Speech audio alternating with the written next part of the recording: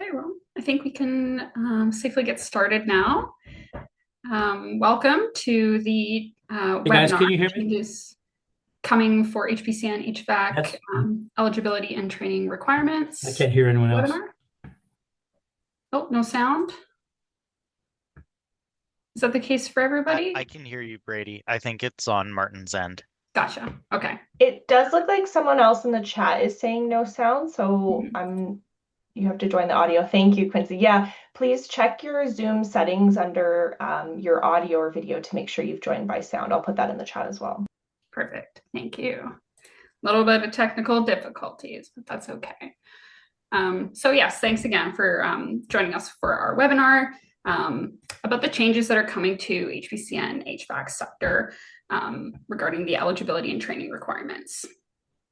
If you haven't met me before, my name is Brady Sturgeon, and I'm the Manager of Industry Engagement here at the Home Performance Stakeholder Council. So happy to be here and walking us through the webinar today.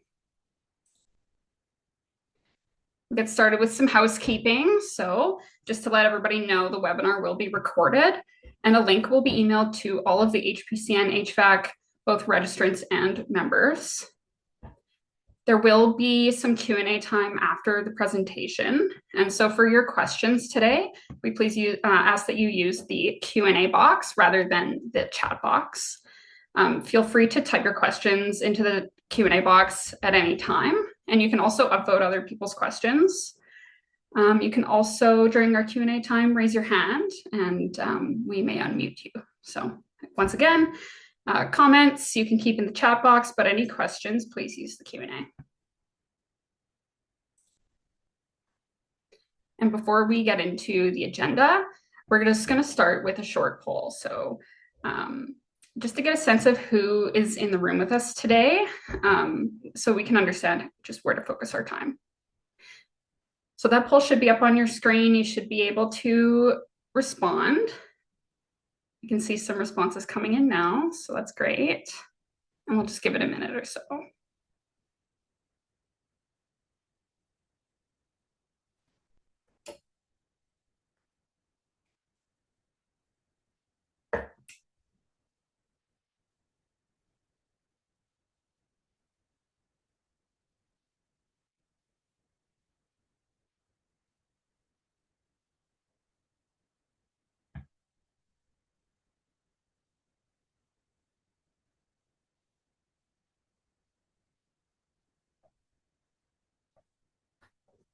I think we'll probably aim to wrap up this poll in the next 10 seconds or so. So if you haven't answered the poll yet, make sure you get your answers in before we end the poll.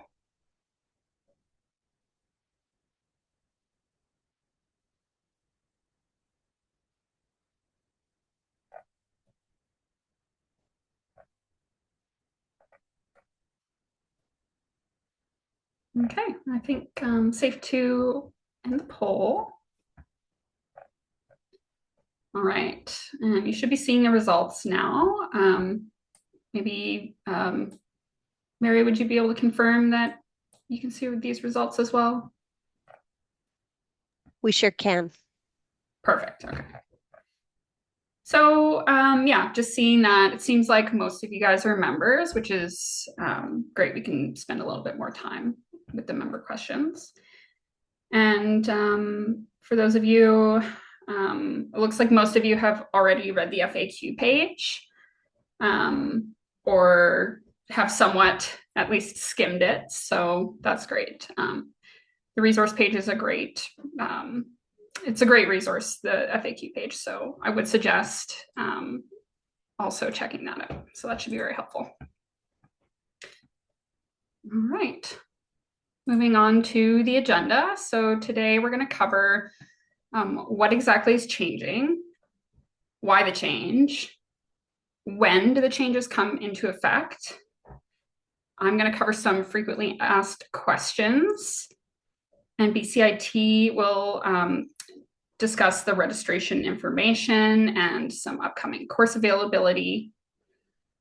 TECA and HRAI will share some upcoming course availability, and then we'll get into the Q&A. And at the end of the day, we will wrap up with a final poll just to see how you feel after having heard all this information today.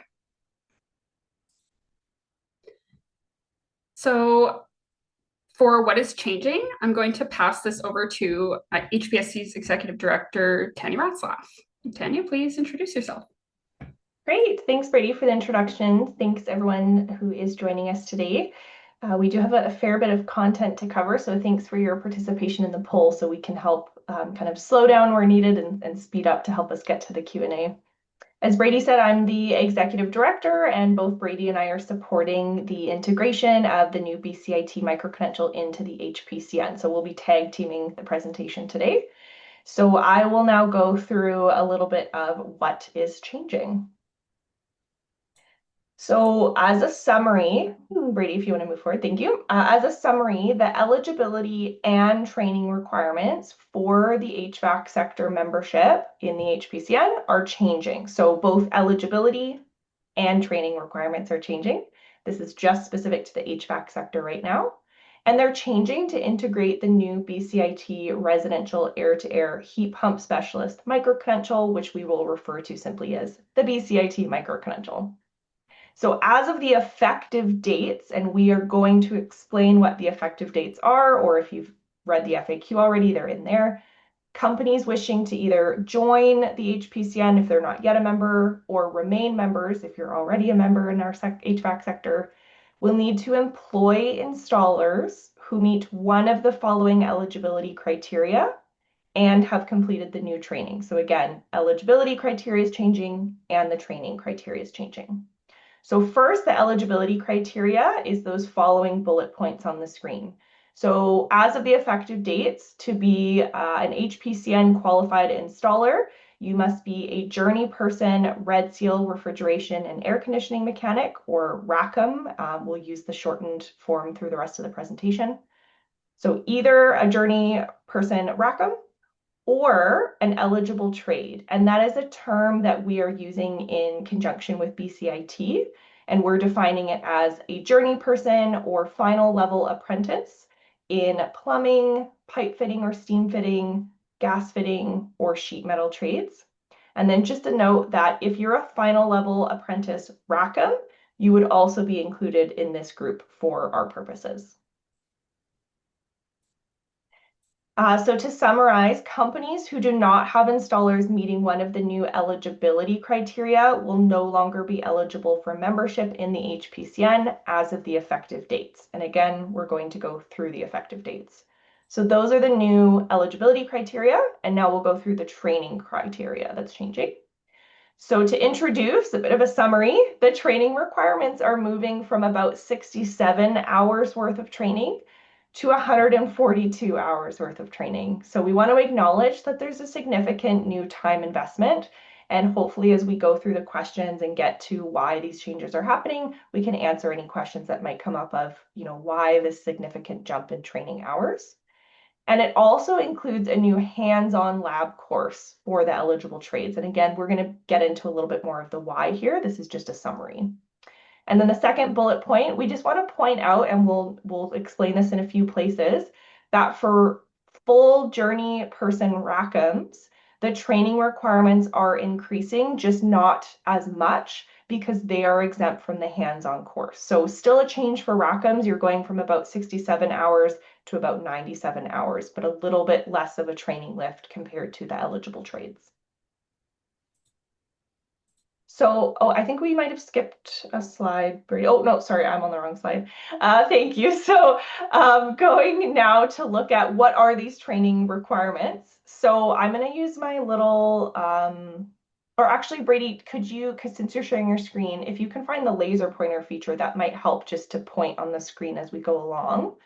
So to start at the top, we're keeping the existing requirement for the retrofitting with the house as a system approach course. So we mostly have members on this call today. So you have all your trained installers have all taken this course so that you're familiar with that. And then you can see from the bright blue bracket that the micro-credential that's being incorporated is composed of 5 courses. So eligible employees rather will need to complete this micro-credential, the set of 5 courses that are showing there, and then upload the certificate of completion, which I put in scare quotes because BCIT uses something called a digital badge, and there's more information available for that in the FAQs. So basically, you'll need to complete these 5 courses from BCIT, and then at the HPCN, all we're looking for moving forward is proof that you've done that micro-credential. So the good news here is that there is some significant overlap with the existing training requirements, which means as existing members, there are courses that you're basically getting credit for.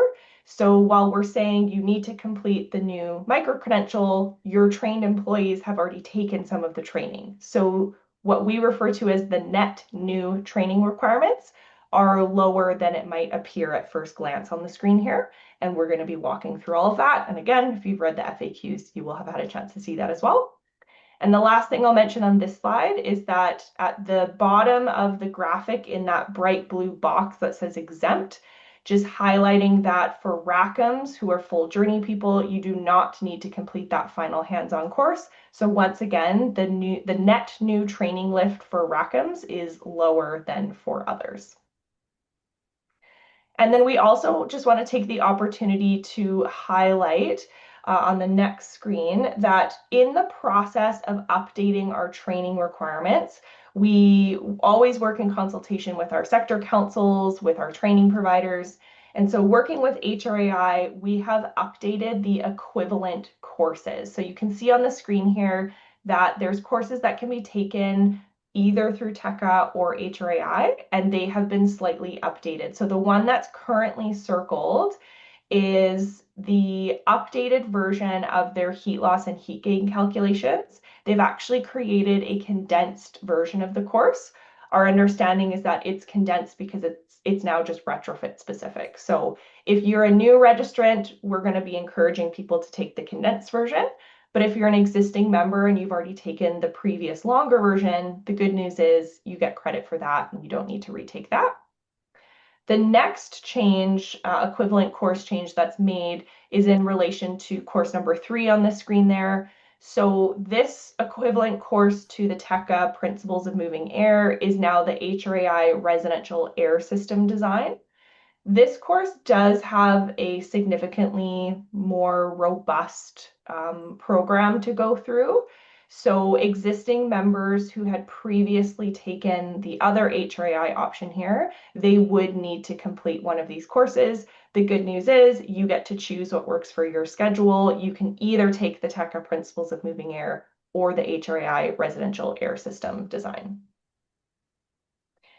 And then we'll move on. And the last point that I'll mention for now is that there's been a lot of conversation around the BC Skills Trades Act that was updated last year, the new micro-credential, the HPCN, what's mandatory, what's voluntary, what's required. So we just want to be crystal clear that everything we're presenting today is in regards to membership in the Home Performance Contractor Network.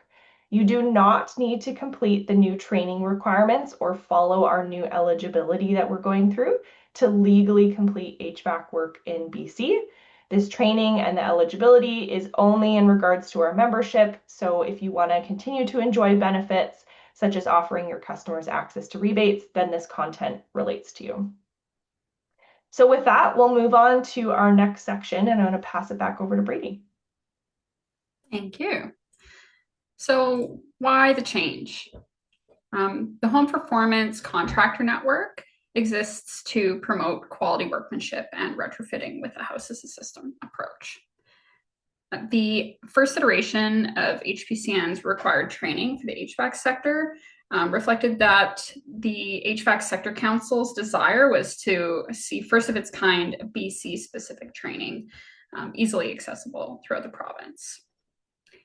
The HPSC has continued to work with our HVAC sector council to evaluate the training requirements to ensure that they reflect up-to-date best practices and meet the evolving needs of the industry.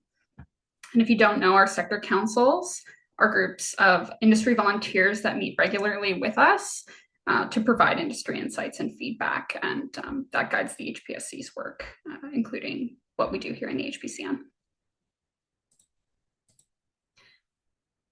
Several factors were involved in the decision to update the HPCN HVAC required training. One was that the HVAC Sector Council has long requested a hands-on training component. The launch of the BCIT micro-credential includes the hands-on course, as you know, and so provides a timely opportunity to update the HPCN training requirements. The HPCN's contractor management cases also reveal some remaining training gaps, leading to ongoing quality workmanship concerns in the HVAC industry. So we've discussed that at length in our sector councils as well. And there have been evolving conversations and support for credentialing in the province with industry and government. For example, new interest and support for micro-credentials to fill short to medium term credentialing gaps. Great. Now I'll jump in again, and we're going to get to those effective dates that I mentioned earlier, or when do the changes come into effect. So the effective dates vary depending on a few different factors. Your HPCN status, whether you're a registrant or member. From our poll, we have mostly members today, so we'll spend more time on that section. Your location, your installer location specifically, are they located in the Lower Mainland, or do they live and work in other areas of BC? And whether the installer has any existing trade credentials, if they're a Red Seal RACM or not. The effective dates, just to be clear, are when the new eligibility requirements and new training become mandatory. But anytime starting now until those effective dates, there are two pathways to join the HPCN, and there's no reason why you can't get started on the BCIT micro-credential. In fact, we strongly encourage it and strongly recommend it. So for folks that are on the line and are registrants, meaning you're not yet a member and you're wanting to know how to join, we strongly recommend that you just follow the new BCIT training pathway. The only reason why we would suggest the existing training pathway is if you're really under pressure to become a member and offer certain customers access to rebates. And again, if you're in that boat, we have more information available, and you can always reach out to our team if you want some recommendations on which pathway you should take. So we'll review the effective dates for these different groups of people over the next few slides. So let's start with the new registrants on the next slide here. And we just want to start with a definition.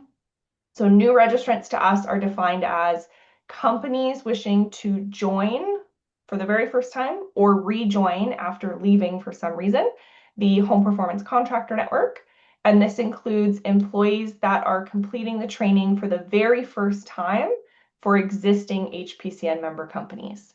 So if you've either never been a member in the HPCN, this section pertains to you. Or if you're existing members, but you need to train a brand new employee to take the training, then this section pertains to that employee as well. And we will get to other scenarios in a moment.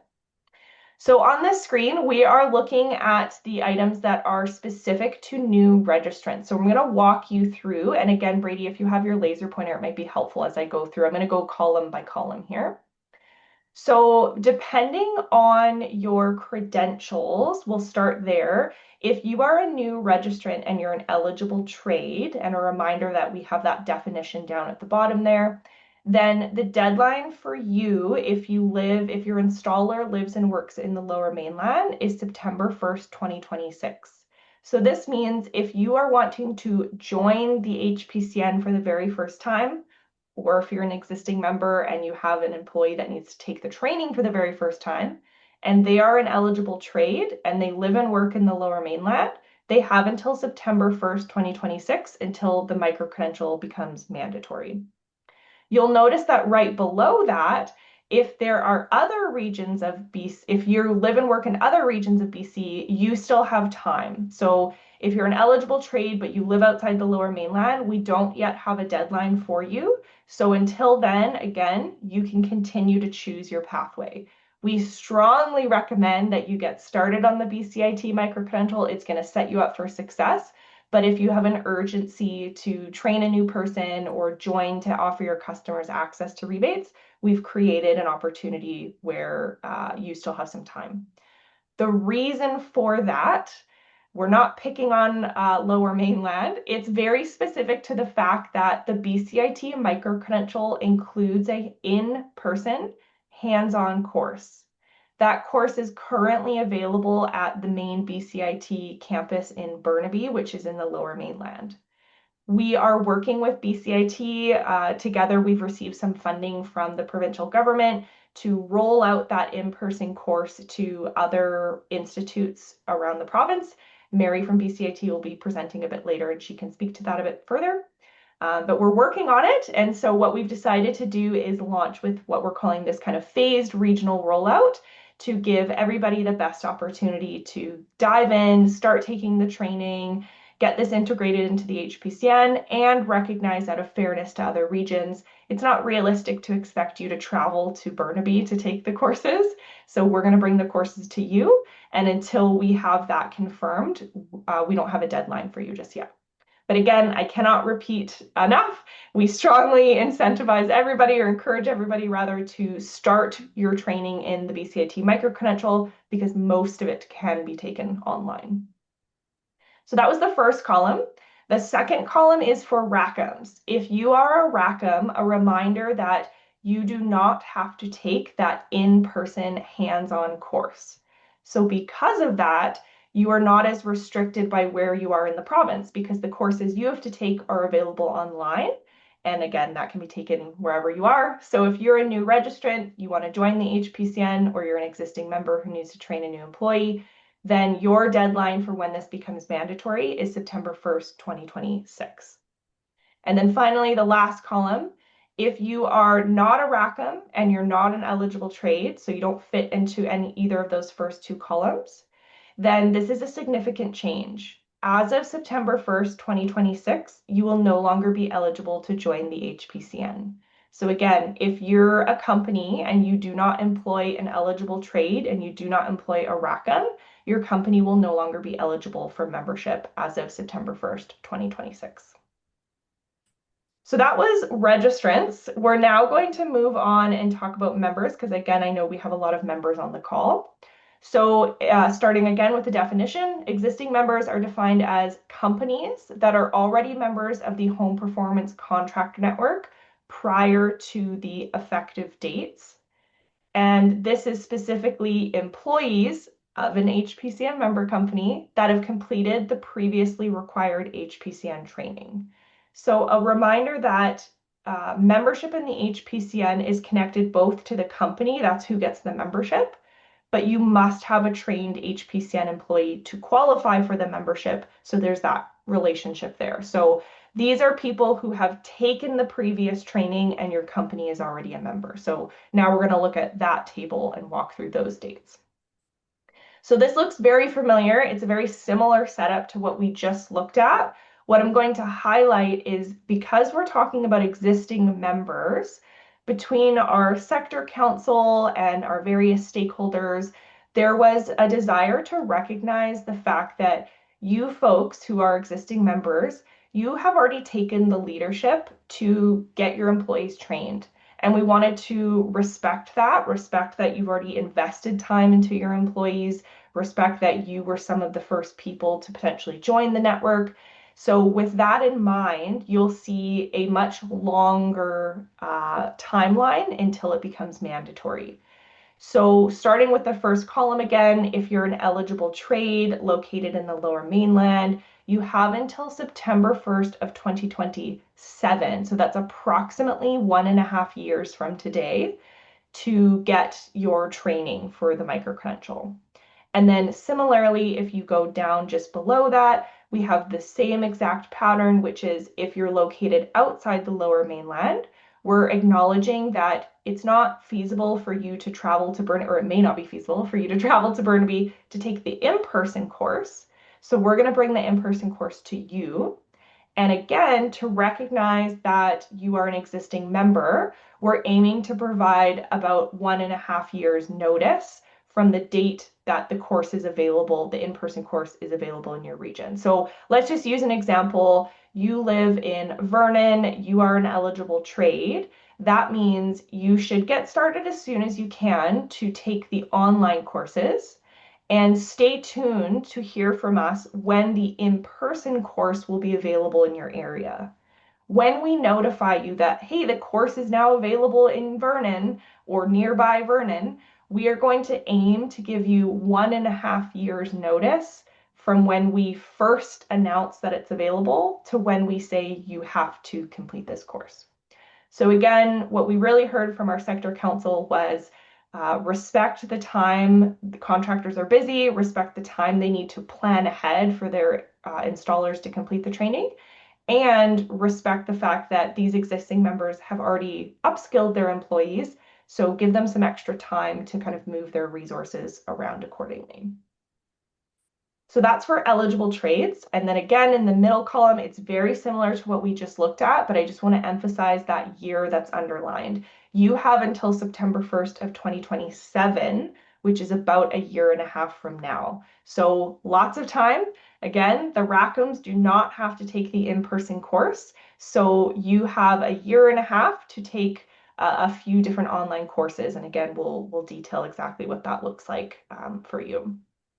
And then finally, the last column, again, this is another very significant change, which is for existing members who already have membership in the HPCN. If you do not have an employee that is an eligible trade who's taken the micro-credential, or a Rackham who's taken the micro-credential, by September 1st of 2027, we will be closing your membership. So again, we'll have some frequently asked questions we're going to walk through, but just to kind of highlight this for you now, you have 1.5 years to make decisions around how you're going to manage that. Are you going to look for an employee who's an eligible trade or a Rackham and get them trained up? Or are you going to plan for your membership in the HPCN to be sunset as of September 1st, 2027? I think that's all we wanted to say on this section. So we'll just finish this kind of overview by mentioning we have referenced in those tables we just looked at the Lower Mainland and other areas of BC. We work with a definition at the HPSC of what those areas of BC mean. And so this map with the legend is available in the FAQs. So you can take a look if you're not sure, well, my installer is located in this city. What does that mean? You can use this map for reference. And then I'll just clarify that when we say companies will be subject to the effective dates based on whether your installer is in the Lower Mainland or someone else, we mean that based on your service territory and where your installer is actually located. We don't mean that based on your physical office location. We actually, it's not critical information for us to know where your physical office is. We're more concerned about where is your installer, where can they reasonably travel to? And that's all in our efforts to make sure that you have a reasonable amount of installers trained to cover the service area that you're telling us you have coverage in. So again, this map is in the FAQs, so strongly encourage you to check that out if you have any questions about your service territory.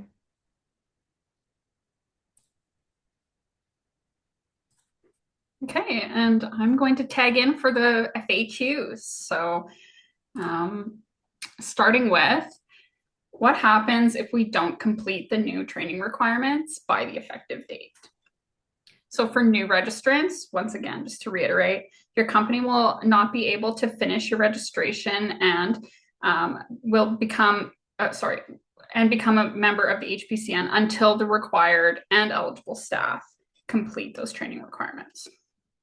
For existing members, your company's HPCN membership will be paused.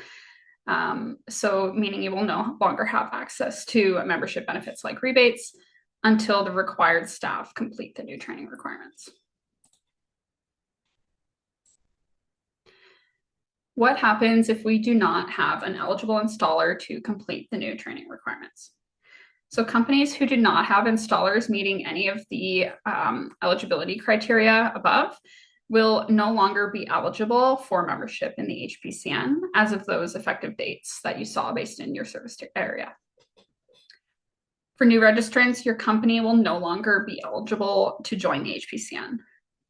And for existing members, your company's HPCN membership will be closed and you will no longer have access to the membership benefits like rebates as of the effective date.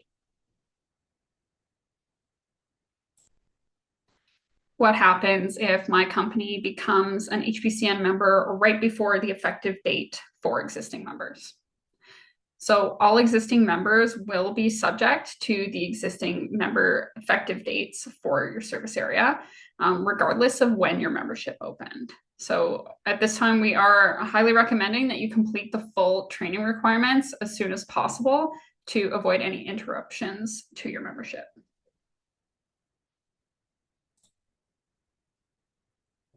Will training subsidies still be available for the new training requirements? So great news, yes. As always, training subsidies will be available for 100% of the course costs, plus a wage contribution while the funding lasts. Companies pay for their installers training upfront and submit a request for reimbursement after becoming full HPCN members. So very similar if you're already members and you've already applied for a reimbursement, it's same deal. Subsidies are even available for Journey People Rackhams who wish to take the hands-on lab course, which, as you know, is optional. So any Rackham who wants to take that hands-on course and pay for that upfront, eligible for a reimbursement. There are also other discounts or grants that may be available through BCIT. So in those cases, HPCN members are eligible for the reimbursement of up to 100% of the course costs after these discounts or grants were applied.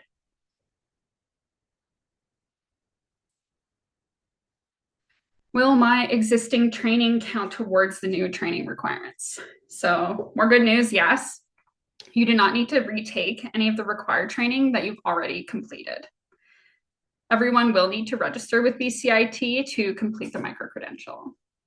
When registering, simply inform BCIT of any prior training that you have completed. For existing members training, some existing HPCN members have already completed 3 of the 6 required courses, and while others have completed 2 of the 6 required courses, since there's some overlap between the original and new training requirements. So again, this depends on whether you've taken the TECA or the HRAI courses under the existing training pathway. You can visit our FAQ page for a breakdown of how the original training pathway translates into the new training pathway for existing HPCN members.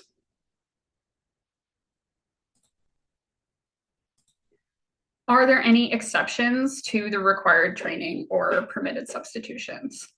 So there will be no HPSC given exceptions for substitutions to the new training requirements.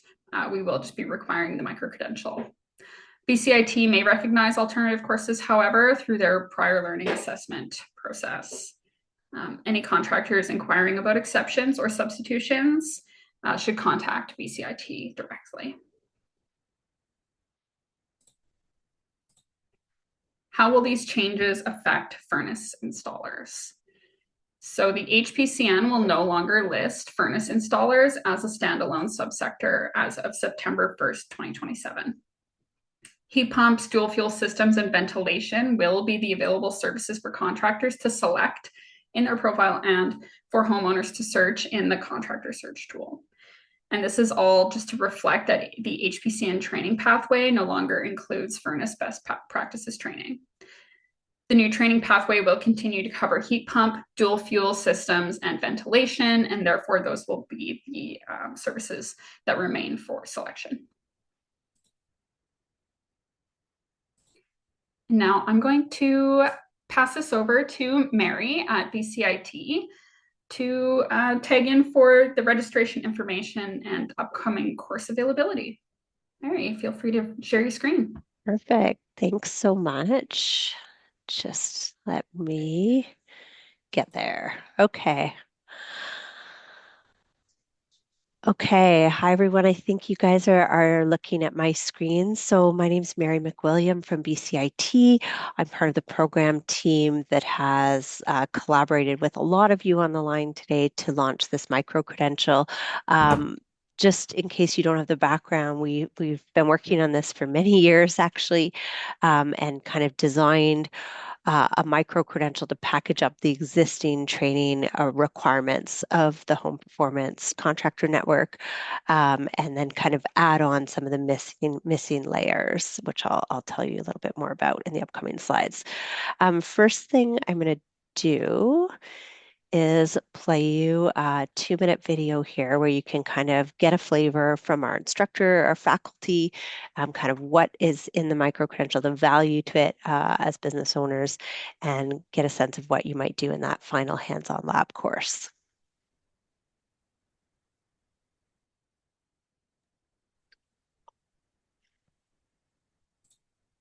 Oh, we're not hearing the sound, Mary. I think you have to click that little button again. Right. Are you hearing it now? I'm not hearing it, Mary. All right. To try resharing and Every time here. Hold on. We did test it, folks. It worked at some point.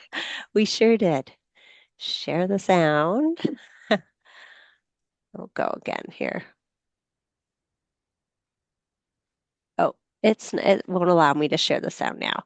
So no problem. We'll just skip this. I'll post a link for you guys to have a look at this video later on.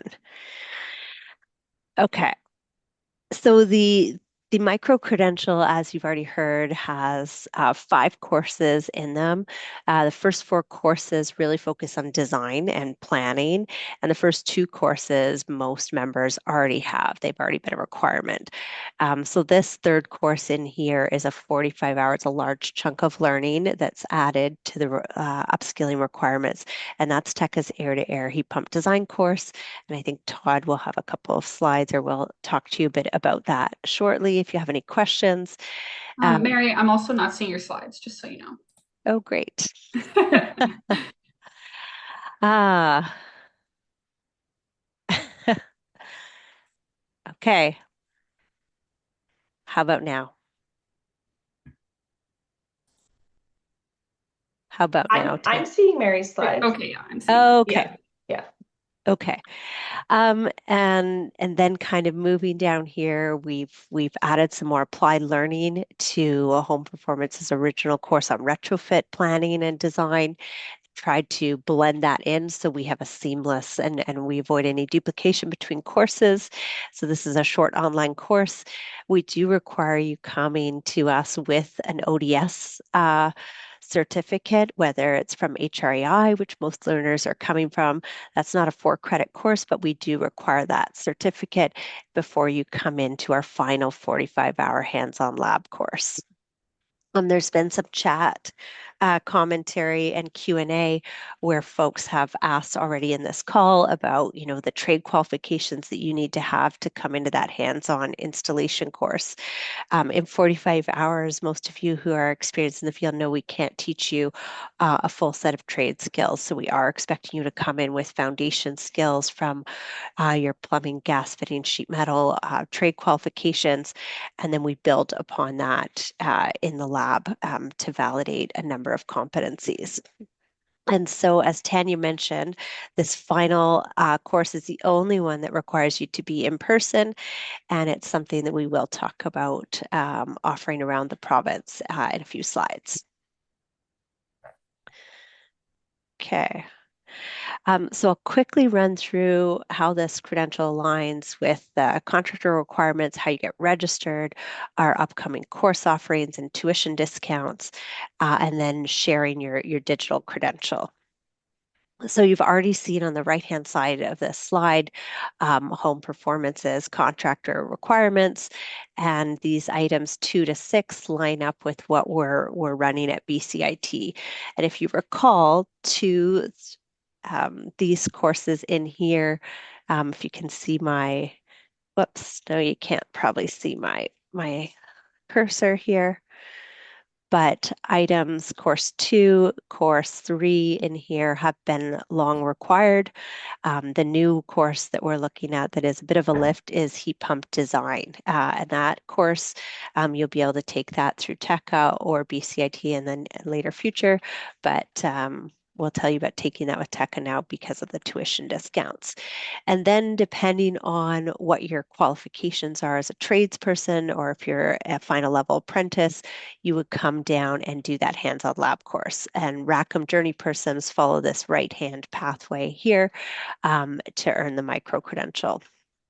So that's kind of how this lines up with home performance at a glance. The first 3 courses, as we mentioned, this spring are running exclusively through TECA. Todd, here's where I'd ask you to kind of unmute yourself and let people know about the great tuition discounts that TECA is offering right now. Certainly. So the course that's noted as MZEB 2111, that is TECA's Quality First Residential Air Source Heat Pump System Design course. So for a limited time, we've opened up 200 seats where, regardless of qualifications or associations that you're involved in, it will be free of charge for those seats. So it is a limited number. It will run. I expect it will sell out rather quickly. So we will have courses posted by the end of the week, but it is first come, first serve. And as soon as all of the codes are consumed, the offer is off the table. Perfect. Thanks, Todd. So that's courses 1 to 3 of this 5-course micro-credential. Courses 4 and 5 are only offered by BCIT right now. Here's a glance at the schedule of those offerings. You can see there's lots of things to choose from between now and the end of August. For that shorter online course, course number 4, that's retrofit design. And then the installation skills, which is the one that is currently running at our Burnaby campus only, plenty of offerings as well. Happening in the next term. So we are handling registration manually right now. The reason for that is we have been able to secure deep subsidies to draw down tuition costs.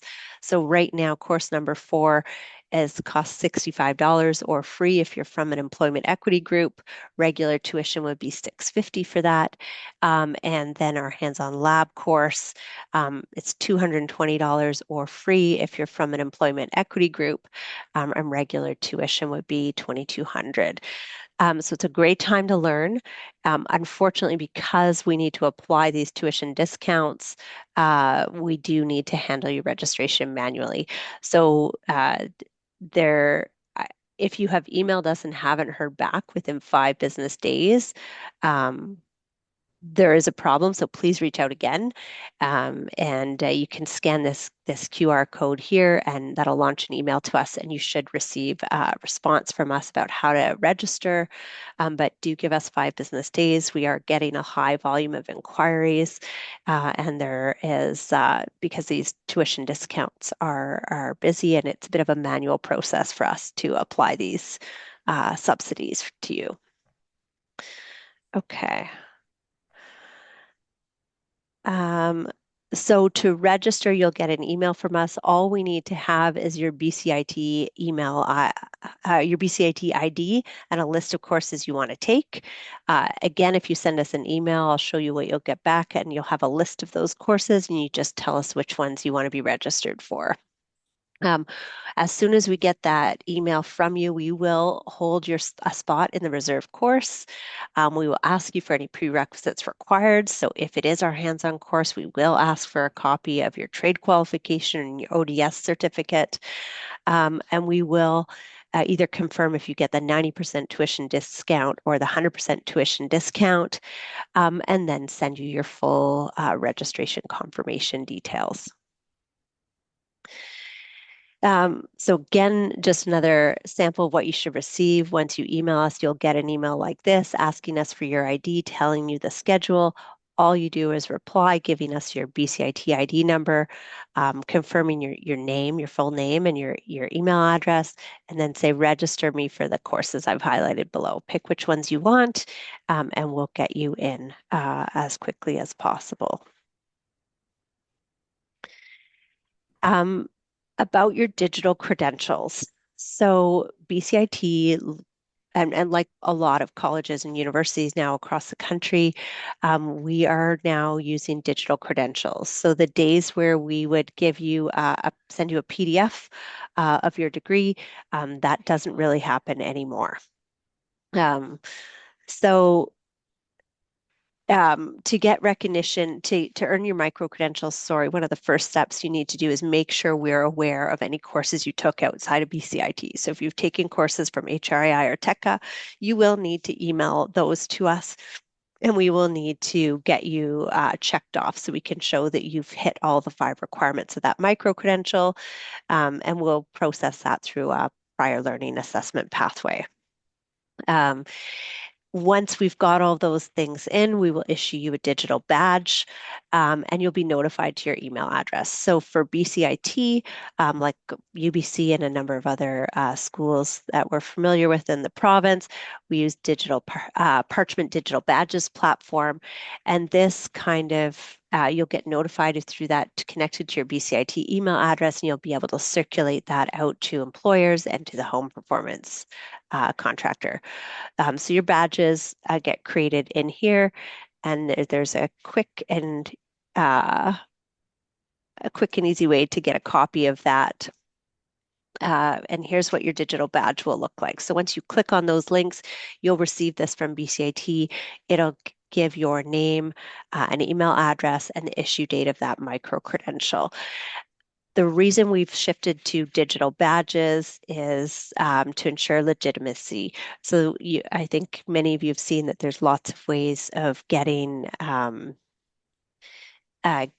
credentials, or it's somewhat difficult to validate that people actually have those credentials. There's lots of fake certificates available, and that's why digital badges are the way that most Canadian post-secondaries are moving.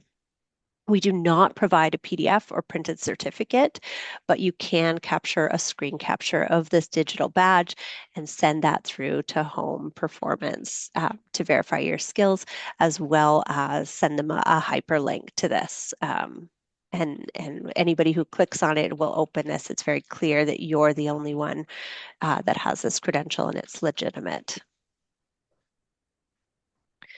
Okay, so that's on the digital badges. I wanted to take a couple slides here to talk about the lab. So far, we have built a residential heat pump installation lab at our Burnaby campus. I know that's not close to most of you, but we spent a lot of time kind of learning and refining our lab design to be able to teach these skills and develop the right competencies in Burnaby. And what we are doing, and Tanya mentioned, we have funding from the province, is to build a mobile lab. So we have partners all across the province. There's 15 college regions. There's quite a lot of colleges. Very few of them have a RACM program and labs focused on refrigeration and heat pump technology, but many of them have plumbing labs and trades labs that we can utilize. So we're working with our other colleges to receive that mobile lab and be able to deliver the course that you get in Burnaby here on the road. So we're working closely with Home Performance on this, so we will know where the membership is, who needs training, and we will be scheduling courses starting in the fall term around the province. So stay tuned for more information if you're from other regions, and let us know if if I have a large group and you're looking for us to prioritize you. So we'll be more information on the mobile lab coming. In the interim, if you are looking to pick up this hands-on training right now, I mentioned we have tuition subsidy grants. I also have a travel grant allowance. It's not unlimited pot of money, but we've had a number of folks already come in, and we've been able to cover flights, a per diem, hotels, accommodation, or mileage to come and take that course in our lab in Burnaby. So if that's you, when you register for a course, feel free to do that now and ask about that travel bursary that we have. Because until the mobile lab is available, we're trying to maximize the number of people who can still take this course and avoid some of those high travel costs. Okay. Um, I think I would just leave it here. If you're looking for more information or you want to register, you can phone us and leave us a voicemail. You can email us. That QR code in the top right-hand corner of the screen will launch an email. If you send that out to us immediately, you should get a response giving you the schedule of courses and what we need to get you registered. And then once you send us that back, please be patient with us. We're a small team. We're trying our best to manage all these tuition subsidies that we're trying to reduce costs for you, and do allow us 5 business days to get back to you. That's the end of my presentation from BCIT's side. I know there's some questions in the chat, but I guess Tanya and Brady, I'll let you Yeah. guys manage Yeah, things. thanks so much, Thanks. Mary. We have a few more slides to present before we get to Q&A. Okay. So just a reminder, everyone can continue to add their questions in Q&A, and there will be an opportunity to raise your hand. So thanks, Mary. Perfect. We'll go back Thanks. to our slide deck, Brady, and we're going to give TECA and HRAI an opportunity just to share about some of their upcoming course availability as well. So again, we mostly have members on this call, so for a lot of you, this may not be as relevant for certain courses, but just want to give everyone the opportunity to get a heads up on some upcoming courses. So I'm going to pass things off to Todd for the first few slides here, and then after that, Martin or Gautam from HRAI, if you'd like to speak to your slide, we can hand that over to you. So off to Todd for now. Thank you. Yeah, so the first course is MZEB 1110 or TECA's Heat Loss and Heat Gain Calculations course. I know a lot of you have taken this already because it was a requirement under the old program. But right now we have several courses on offer.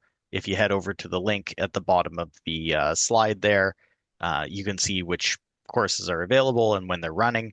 We will be probably adding more because I expect that we're going to get a bump in registrations right now. So, if you don't see a course that fits your schedule, check back, a week later, and we'll probably have opened up something else. If you want to flip to the next slide, please. And then the next course is MZEB 1120, also known as TECA's Principles of Moving Air, or POMA. So same story as the heat loss, heat gain. Most of you have probably taken this course already, and this is also a very popular course for us. So we will probably be opening up additional courses at least once a month. We usually run this one like twice a month. So again, check back if you don't see something you like. Thank you very much. And then, as I mentioned during Mary's presentation, MZEB 2111, TECA's Residential Air Source Heat Pump System Design course. So currently, all the courses we have available right now are full. I did speak with the instructors the other day. We will be opening up courses in April and May. And as I mentioned, there's going to be 200 seats available free of charge. You don't need to be a TECA member.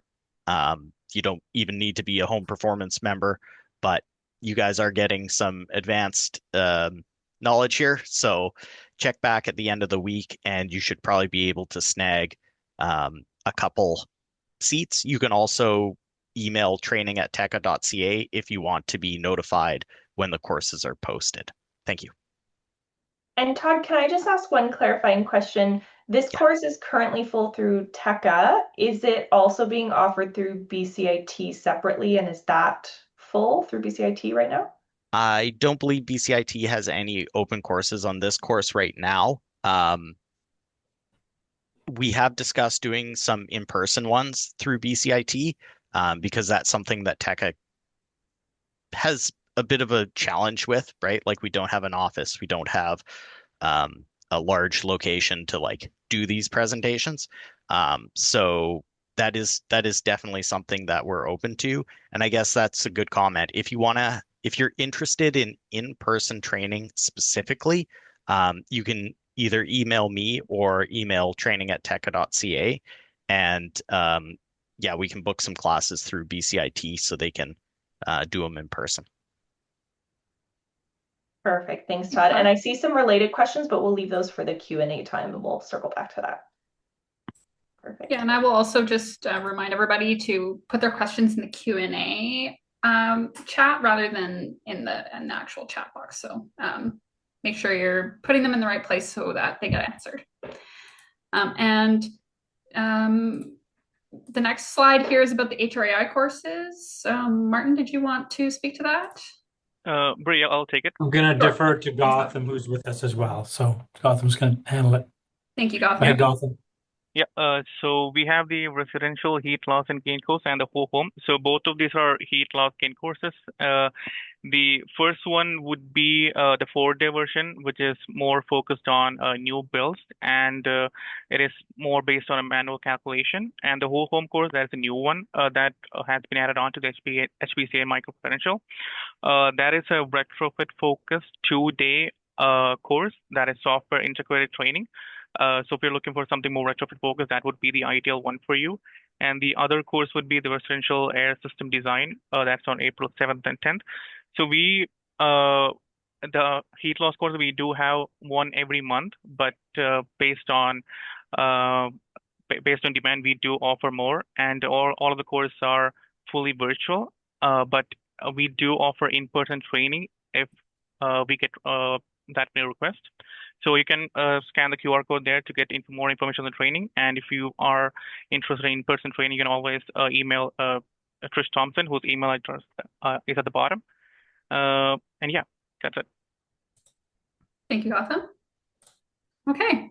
Thanks, everybody. BCIT, TECA, HRAI for your presentations. And we're going to head over to Q&A now. So as a reminder, I did just say this, but make sure you're typing your questions in the Q&A box rather than just into the chat. You could also raise your hand and we can invite you to unmute, but we're going to start with the chat box, with the Q&A box first. So you'll see some of these questions have been answered throughout the webinar. There are some that you can see answered just over text, and some we're going to dive into live. So Mary, I know that you did also answer some of the concerns about not hearing back from BCIT. So once again, BCIT has a small team and they definitely will get back to you. Okay, so the first one I'm seeing on my screen here is from Brent Berry. What happens when a trained HPSC installer leaves the company? Do you lose your certification immediately? So this has to do with our contractor management, and looks like Tanya would like to answer this one. Yeah, I think this is a great question, so I wanted to jump in here. So historically, when an HPCN trained installer leaves the company, our very first question is, well, do you have a trained installer per retrofit crew? Which, just to clarify, that is the requirement. It's not to have just one person trained, it's to have one person trained per crew.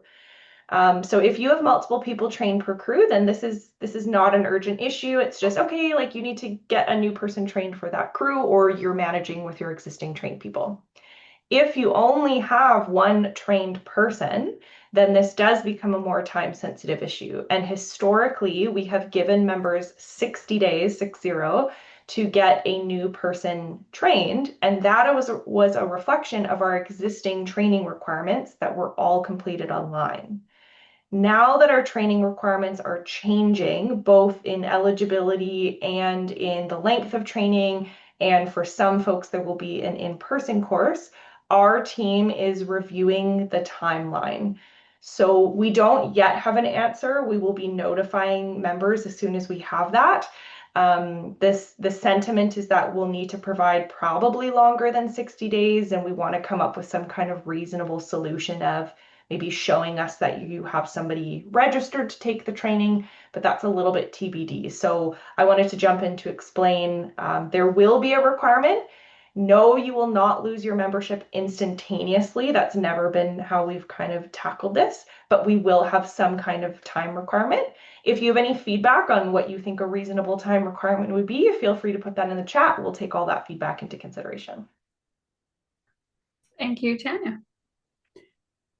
So the next question that I see here is from anonymous attendee. It says, all courses can be completed through TECA or HRAI other than the online BCIT residential air-to-air heat pump system retrofit design? And is this a course requirement for previous members in lieu of the hands-on lab? So once again, passing this over to Tanya. Yeah, and Brady, I wondered if maybe if you go to the very end of the presentation, we have a copy of the micro-credential breakdown that Mary shared. Is it showing on your end? No, it's not. I think I just unhid it, so maybe I can even share my screen super quick, because I just wanted to explain. I think there's a few things that are just being slightly confused or misconstrued here, so bear with me. I've of course lost my Zoom feature. I unhid it as well. So, okay, perfect. I think there we go. There we are. Okay, thank you. Yeah, so I think we just need to clarify, Brady, that if you look at this breakdown, you can see that the first two courses you can either take through TECA, or if you look at the alternative equivalent courses, you can take them through HRAI. And they have the MZEB 1110 and 1120 at the front because they're officially part of the BCIT curriculum. So those can be taken through TECA or HRAI. The third and fourth courses, the MZEB 2110 and 2120, well, let's start with the 2110. That can be taken through TECA, and then at some point it may be offered directly through BCIT as well. Mary can jump in if I'm incorrect there. And then 2120 and 3110, those are BCIT courses only. The only place you can take those courses are through BCIT. So I just wanted to take a chance to kind of like from the top clarify.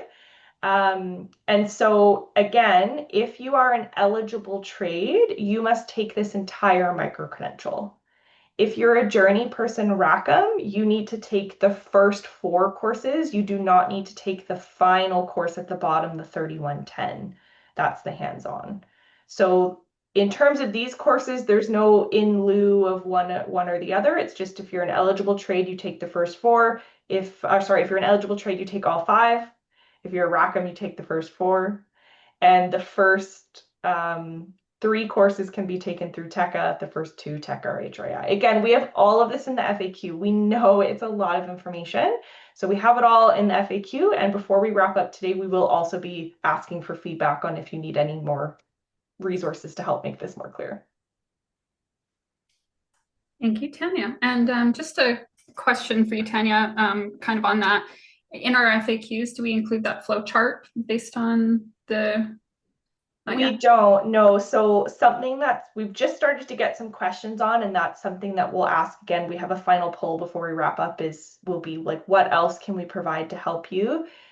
We have an internal flow chart that our team uses, and if you feel like that's helpful, we'll definitely work on making an external version. We just are very mindful that this is a lot of information and we didn't want to throw out too many things that overwhelmed anyone. So currently there's no flow chart. If you feel like that's helpful, we'd love to hear from you, and we'll have a poll opportunity for that. Perfect, thanks. And I'm just going to leave currently the presentation on this slide in case we need to reference it again. So thank you for that question. Over to Paul Hughes now. How do we cross-reference HRAI to TECA? I think that this slide should help to demystify that, because once again, sharing which courses are through TECA only and which ones are the HRAI equivalent.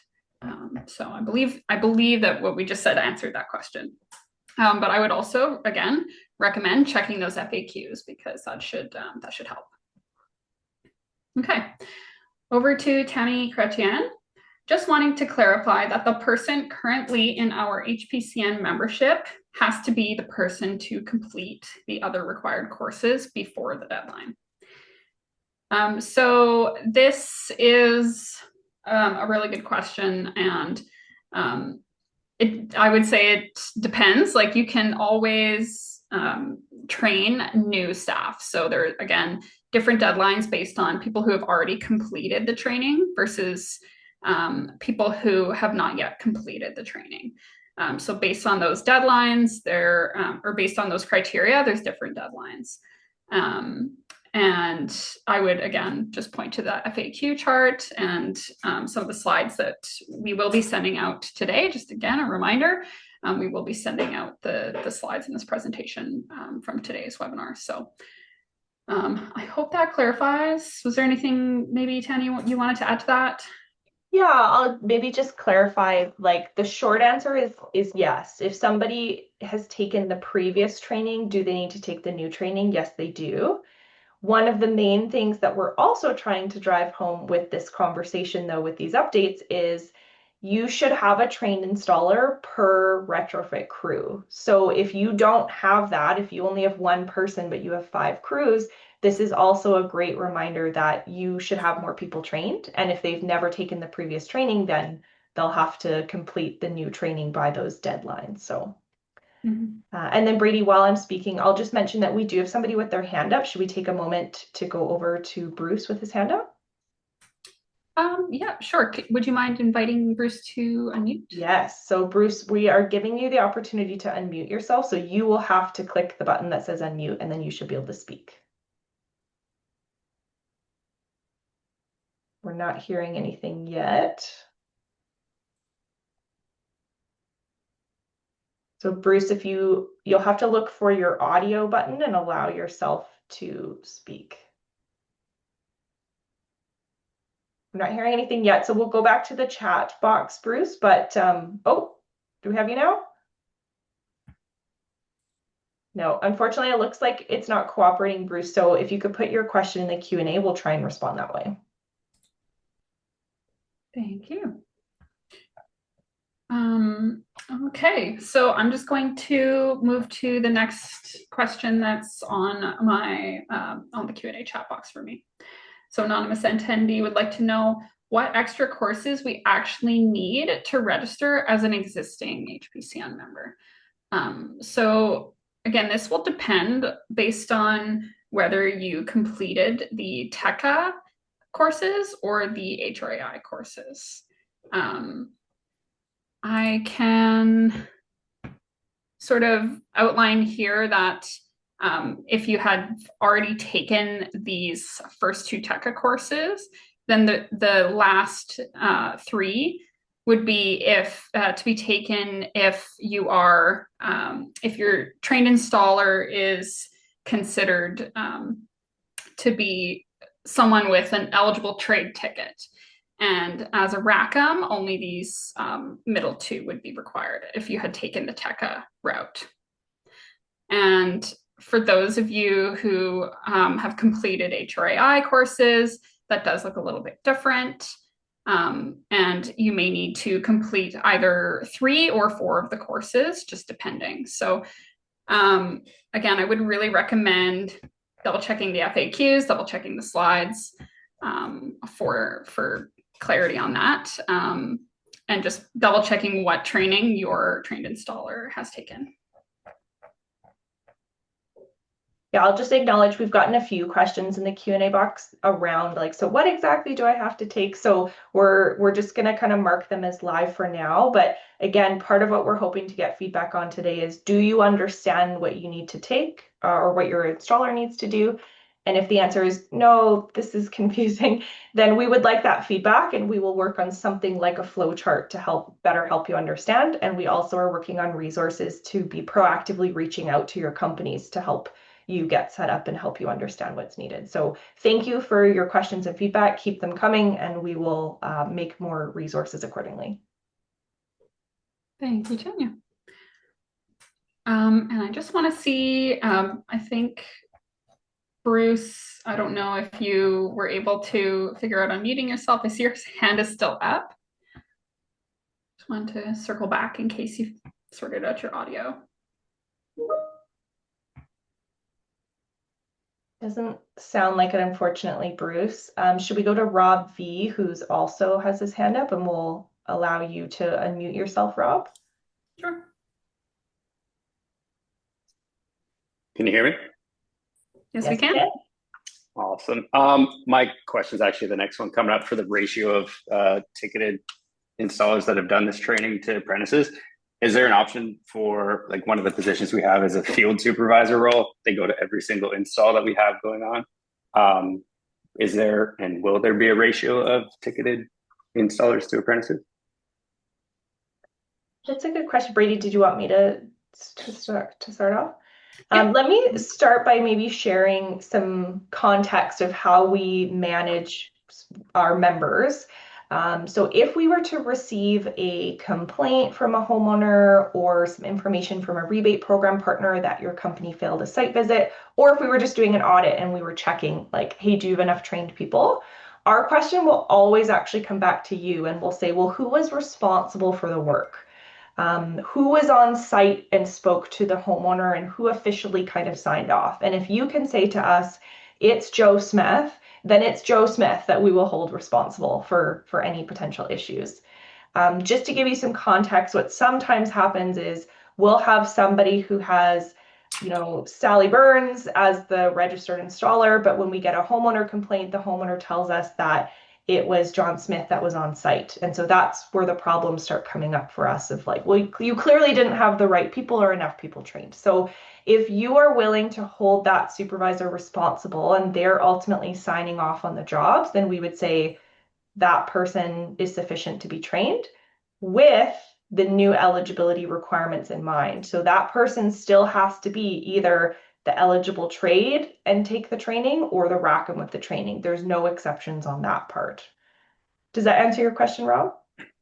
Yeah, for sure. So no ratio as far as at some point you're going to say, no, we need one per crew per apprentice, similar to like the skilled trades, what they have going on? Yeah, I mean, we never try and step on the toes of other credentialing bodies. So we're not responsible for managing like how many trained people per apprentice.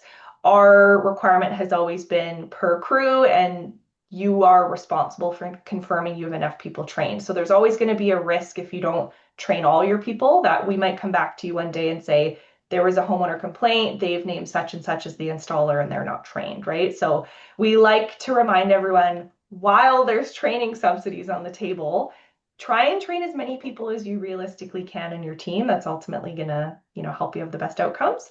But no required ratio, just one trained person per crew that is responsible for that work is the language we use. That's great. Thank you. Perfect. Thanks, Rob. Thank you. Okay, I'm going to jump into another question here. Just trying to find, there we go. So as an existing member, if our installers were able to access any of the free seats for TECA MZEB 2111, would they still be eligible for training hours to be compensated? If so, when would that be? Do we need to wait until all of the requirements are fulfilled in 2027? So I believe that part of this is a Todd question, and part of this might be an HPCN question. So Todd, I'm going to tag you in terms of the free seats for TECA. Yeah, so I'm not sure, like, there is a split here between the two companies. So from my perspective, this course is just free. I guess my question to HPSC would be, if you guys cover the course cost, I would assume that you would not get any reimbursement for that because you're not paying any money for the course itself, right? Yeah, so I believe that the way that our subsidy reimbursements would work would be that if TECA was to cover the course cost, then HPSC, when you're applying for those subsidy reimbursements, would still contribute some wage subsidy for the time taken to take the course, but we wouldn't double refund you for the TECA course if it was free. Then obviously we want to spend our subsidy funds wisely, so we wouldn't pay back for that, but you should expect the wage subsidy to still be included. And then the last half of that is When would that be? Do we need to wait until the requirements are fulfilled? So really it would be once you meet all of the eligibility criteria. So once you've completed the micro-credential and you have done everything that you need to do, that's at the point where you can submit for the HPCN subsidy reimbursements.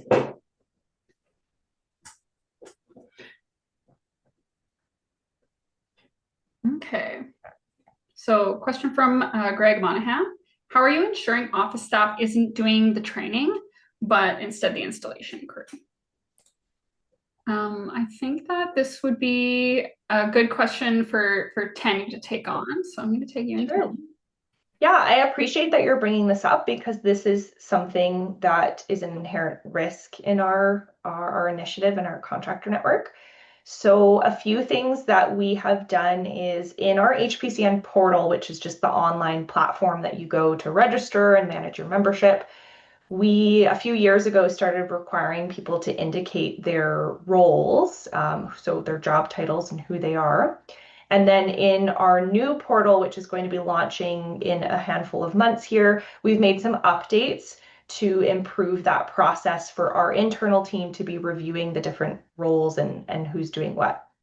What is so great about integrating the BCIT micro-credential is this is going to give the opportunity for the eligible trades that complete the in-person course, they're going to be in person. So you can no longer fake your way as an office staff person completing some online training behind the computer. And I believe, Todd, you can correct me if I'm wrong, but I believe we had also reached out to TECA and HRI at some point to ask, do you confirm for the online courses, like people have to be on camera and they have to confirm that they are themselves? Let me know if either groups here if I've gotten that wrong. Yes, we do. We don't check like ID. I know we used to, but we've stopped doing that because privacy considerations. But we do, make sure that there is a person present. And we encourage the cameras to come on. But at a certain point, we have to be mindful of that. It's not practical for everyone. Same as, not everybody's showing their camera here today. So, we don't want to be the camera police. Of course. Thanks, Todd. I think the biggest checkpoint is the required courses have knowledge checks of some kind. And again, being that in-person hands-on course, it's going to be pretty hard to fake your way through an in-person lab. But is there an inherent risk that, some people slip through the cracks? Absolutely. And we do everything we can. And if you have any other ideas on what we can do, we're also always open to feedback. All right, thank you. So it looks like we've got about 10 minutes left for the webinar. And I'm just going to use the last 10 minutes to really dive into the questions that are super specific to this. And I'm going to ask, again, it looks like Mary and Todd and folks are in the chat answering as many questions over text as possible. So that's great. That's really helpful. So we can get through as many as we can. One good question here that I think relates to this slide that's being shared right now is where do we take the HVAC 0145 or do we not need to? So I'm going to tag Mary in for this. Mary, if you could speak to that.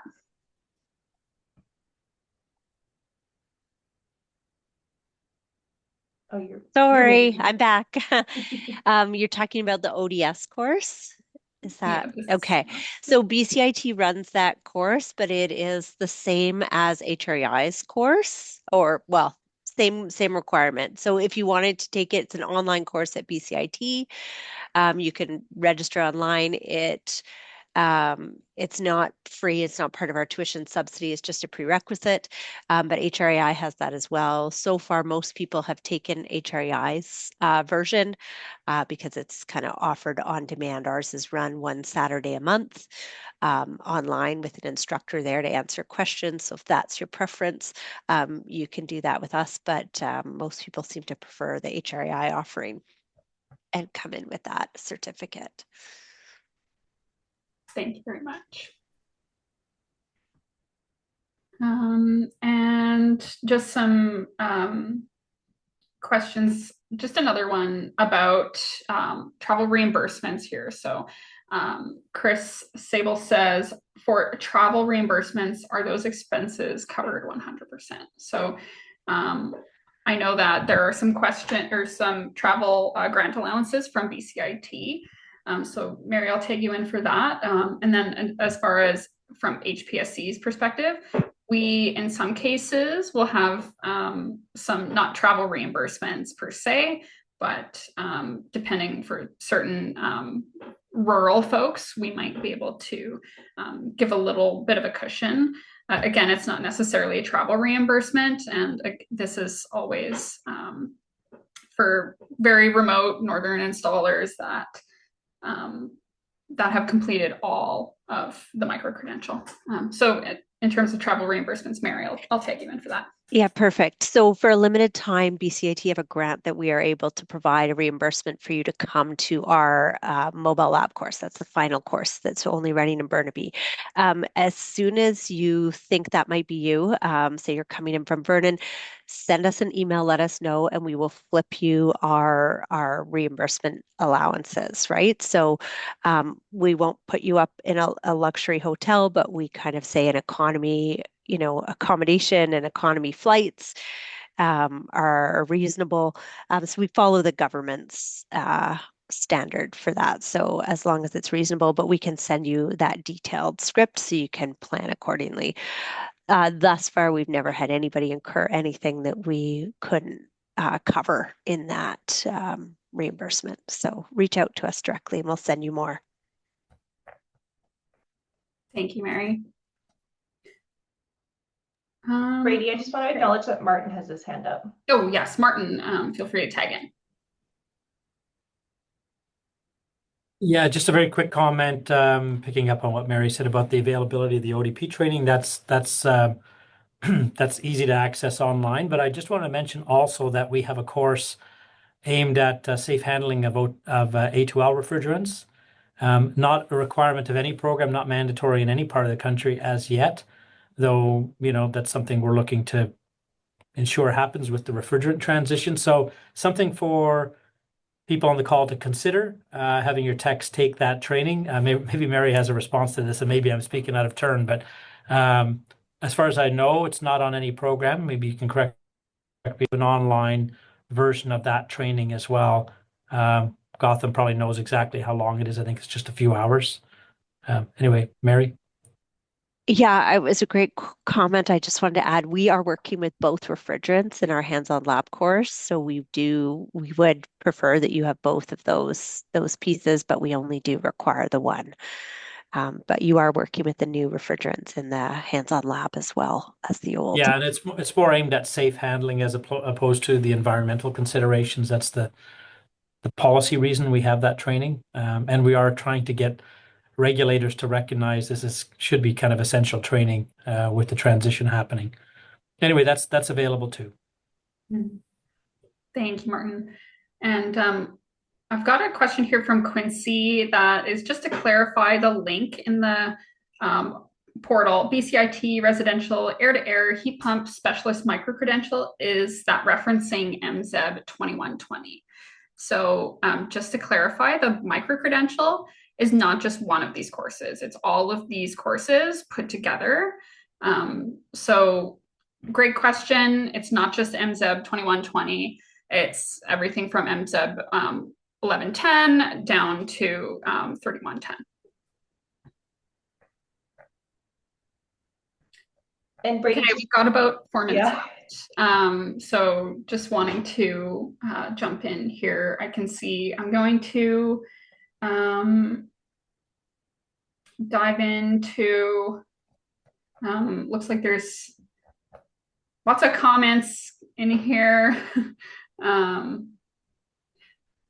for participating in cooling. We could probably move maybe like one more question, and then we could probably move towards doing the wrap-up poll. And then what we do when we send out a link to the recording and the slides is we will include a like a table of the unanswered questions that we didn't get to. We'll put the answers in there for everyone to see. Yeah, Thanks, Tanya. And I will also say some of these questions have been answered already that I'm seeing. Christine, if you just double check into, this is Christine Ladrera.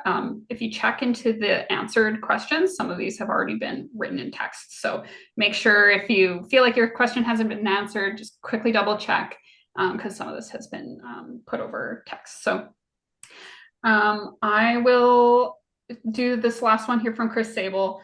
What about for companies that are coming from other provinces? What are the guidelines for those companies that do not have any ticketed installers in BC, but they have one in New Brunswick, for example? And I'll take Tanya in for this one.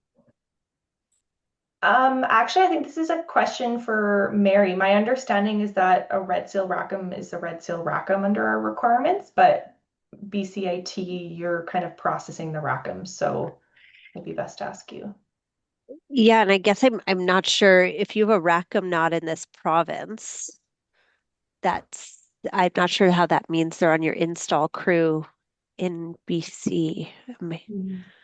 Yeah, and I think that this is going to have different answers for us from an HPCN perspective as Okay. well, right? So Yeah, so we do BCIT trains people from across the country all the time. So if you're in Nova Scotia and are interested in this training, absolutely you can take it. I'm not sure how it will relate to your HPSC membership. But yes, it doesn't matter what province you're in. That micro credential follows the individual student, not the business. Yeah, and I guess just for the HPCN perspective, we've always required that the eligible installers are located in the province. So obviously they would need to be in BC to be eligible for the BC rebates and located here. So hopefully that answers your question. If you have any questions about HPCN, I would suggest reaching out to us directly at hpcn@homeperformance.ca with eligibility requirement questions related to where your installers need to be. And that brings us to 12:30. Todd, I can see your hand up though. Can I just comment on that one? So I think that because the question was about like if I have my ticket in another province, because as we all know, it's regulated in provincial level.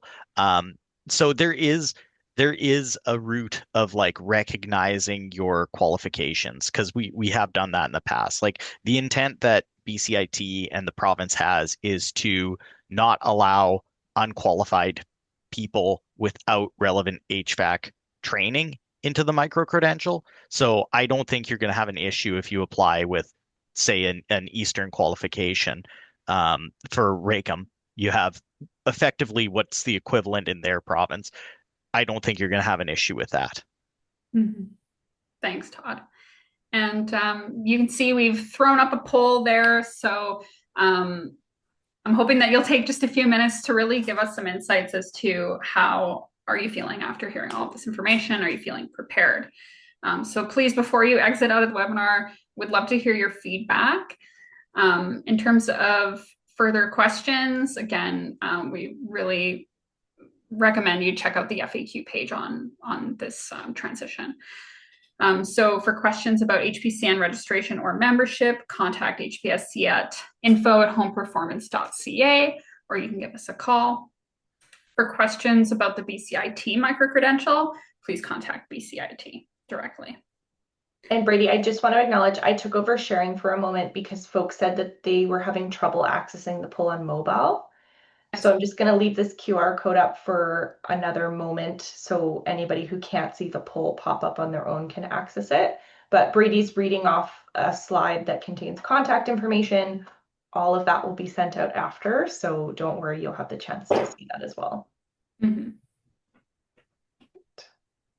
And maybe I'll just give a few more moments for the poll, but in the meantime, just want to thank you guys for your time today and for attending. And of course, thank you BCIT, thank you TECA, thank you for HRAI. And yeah, just again, a reminder that your slides, all the slides from this presentation and recording will be emailed to not just the HPCN existing members, but also to the registrants within the next few days.